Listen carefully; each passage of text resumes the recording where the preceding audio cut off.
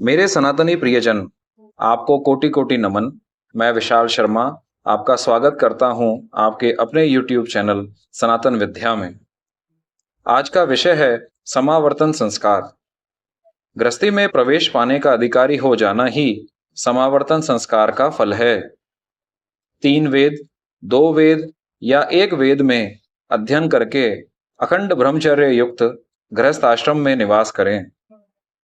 ब्रह्मचर्य पालन करने में बाधक होने के कारण तेल मर्दन, अंजन लगाना, फूल माला आदि पहनना एवं अन्य श्रृंगार के साधनों का परित्याग कराया जाता है। गृहस्थी में प्रवेश करके संतान उत्पादन के लिए उनका ग्रहण करना अति आवश्यक है। अतः समावर्तन संस्कार में स्नान करा के श्रृंगार के साधनों से अलंकृत करके गृह प्रवेश का अधिकारी बनाना बहुत आवश्यक है। वैसे तो ब्रह्मचारी नित्य ही स्नान करके संध्या वंदन आदि करते हैं, तथापि वह स्नान केवल पवित्रता संपादन के लिए होता है, सुंदरता संपादन के लिए नहीं। गृहस्थी में प्रवेश करने के लिए समावर्तन संस्कार के माध्यम से सुंदरता संपादक स्नान कराया जाता है। इसके लिए वेद मंत्रों से अभिमंत्रित करके जल के 8 घड़ों से विधि पूर्वक विशेष स्नान कराया जाता है। इसके बाद सुंदर वस्त्र आभूषण आदि से अलंकृत करके लोक परलोक हितकारी एवं जीवन उपयोगी शिक्षा देकर गुरुजन ब्रह्मचारी को गृहस्थ आश्रम के लिए विदा करते हैं। उपदेश इस प्रकार हैं: सत्य बोलना, धर्म का आचरण करना, स्वाध्याय में प्रमाद ना करना, आचार्य के लिए प्रिय धन लाकर देना, संतान परंपरा का उच्छेद ना करना, सत्य में प्रमाद नहीं करना, कुशल कर्मों में प्रमाद नहीं करना चाहिए, ऐश्वर्य देने वाले कर्मों में प्रमाद नहीं करना चाहिए, स्वाध्याय और प्रवचन में प्रमाद नहीं करना चाहिए, देव कार्य और पितृ कार्यों में प्रमाद नहीं करना चाहिए, माता पिता, आचार्य तथा अतिथि को देवता मानने वाले होना चाहिए। जो अनित्य कर्म है उन्हीं का सेवन करना चाहिए, दूसरों का नहीं। हमारे जो शुभ आचरण हैं तुमको वही आचरण सीखने चाहिए, दूसरे नहीं।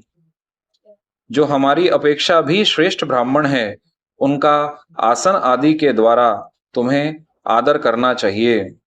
श्रद्धा पूर्वक आसन देना चाहिए, अश्रद्धा पूर्वक नहीं देना चाहिए।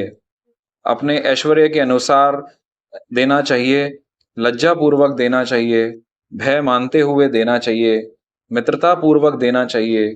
यदि तुम्हें कर्म या आचरण के विषय में कहीं कोई संदेह उपस्थित हो जाए तो वहां पर विचारशील, कर्म में स्वेच्छा से भली भांति लगे रहने वाले सरलमति धर्माभिलाषी ब्राह्मण हों, उस विषय में वे जैसा व्यवहार करें वैसा तुम भी करना।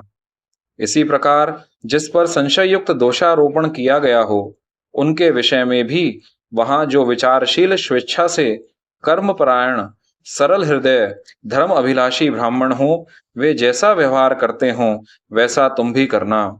यह आदेश है, यह उपदेश है, यह वेद का रहस्य है और ईश्वर की आज्ञा भी। इसी प्रकार तुमको उपासना करनी चाहिए, ऐसा ही आचरण करना चाहिए। यह कितनी उपयोगी शिक्षा है। वर्तमान में ऐसी शिक्षा का अभाव होने के कारण लोक परलोक का तथा जीवन सबका विनाश हो रहा है। स्वाध्याय में प्रमाद नहीं करना, यह बात 2 बार कहकर स्वाध्याय की परम आवश्यकता के बारे में सूचित किया गया है, क्योंकि सही रास्ते चलने से विचलित हुआ व्यक्ति स्वाध्याय से पुनः सुपथ पर आरूढ़ हो जाता है।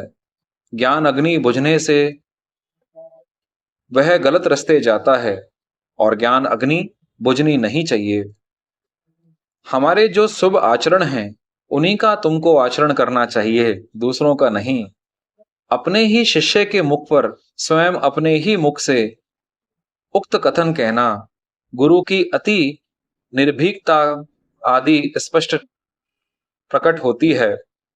इतना ही नहीं, अपितु एक परम गंभीर मनोवैज्ञानिक रहस्य की सूचना भी देते हैं। वह रहस्य यह है कि उपदेश देना, ग्रंथ लिखना तथा विधान बनाना आदि कार्य मनुष्य सत्वगुणी अवस्था में विचार पूर्वक करता है, किंतु आचरण तो कभी कभी काम, क्रोध, मोह आदि से युक्त रजोगुणी, तमोगुणी अवस्था में आवेग के कारण पूर्वापर विचार करके बिना करता है। ऐसी दशा में किसी भी मनुष्य का संपूर्ण आचरण अनुकरणीय नहीं हो सकता। इसलिए कलयुग में पराशर ऋषि की स्मृति ही धर्माधर्म में मुख्य प्रमाण रूप से मान्य होते हुए भी पराशर ऋषि का मत्स्य कन्या गमन अनुकरणीय नहीं माना जाता। इसके अतिरिक्त एक कारण यह भी है कि महापुरुष अपनी अलौकिक सामर्थ्य के बल पर कभी कभी धर्म की मर्यादा का अतिक्रमण करके भी व्यवहार करते हैं। उनके लिए वह दोष कारक न होने पर भी यदि असमर्थ लौकिक मनुष्य उनका अनुकरण करेगा तो विनष्ट हो जाएगा। अतः उनके ऐसे आचरणों का मन से भी चिंतन नहीं करना चाहिए।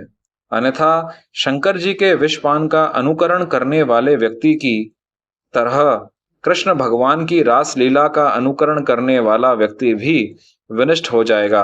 अतः सिद्धांत यह है कि समर्थ महापुरुषों के वचन और वचनों में भी मुख्य रूप से जिसके लिए कहे गए हों बुद्धिमान मनुष्य को उन्हीं का आचरण करना चाहिए। यह सब बातें सुखदेव जी ने भागवत में तब कही जब राजा परीक्षित ने जनसाधारण के हृदय में होने वाली रासलीला संबंधी शंका का समाधान पूछा। रासलीला संबंधी शंकाओं के अन्य विद्वानों ने जो समाधान दिए हैं उनकी उपेक्षा सुखदेव जी का समाधान वस्तु स्थिति मूलक होने के कारण सर्वश्रेष्ठ है, सर्वोत्तम है।